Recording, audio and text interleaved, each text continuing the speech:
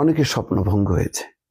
তার পরিষদ, তার দপ্তর এবং কিছু উপদেষ্টাকে ঘিরে একটা রমরমা পরিস্থিতি তৈরি হয়েছিল, যারা কখনো কল্পনাও করতে পারেননি যে তারা রাজনীতিতে ঢুকতে পারবে, প্রবেশ করতে পারবে, অথবা তারা রাজনৈতিক দল গঠন করতে পারবে।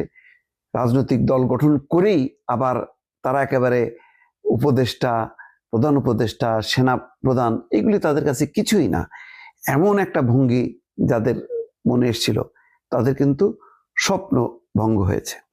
দেখেন, একটা ভিডিও দেখাই।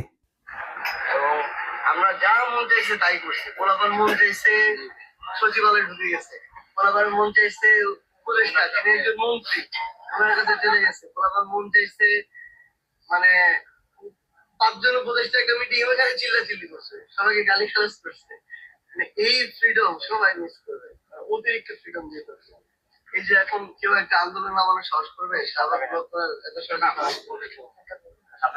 হ্যাঁ, সত্য সত্য এখন ওইটাই, এখন আর ওই মববাজি চলবে না। যখন তখন সচিবালয়ে ঢুকে উপদেষ্টাদের মানে গলায় হাত দেয়া, মানে অর্থাৎ মন্ত্রীদের গলায় হাত দিয়ে আড্ডা মারা যাবে না, কথা বলা যাবে না, অধ্যুত্ব পর্যায়টা শেষ। কারণ এটার কারণটা কি জানেন? ডক্টর মোহাম্মদ ইউনূসী এই সিস্টেমটাকে একদম ব্রেক করছে।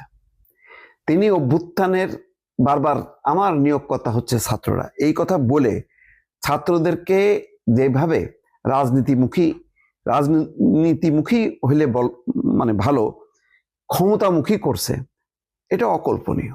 এবং এটা করার মধ্য দিয়ে পুরো সিস্টেমটা ব্রেক হয়ে গেছে। কে সিনিয়র, কে জুনিয়র, এই সিস্টেমটা নেই। তাহলে কি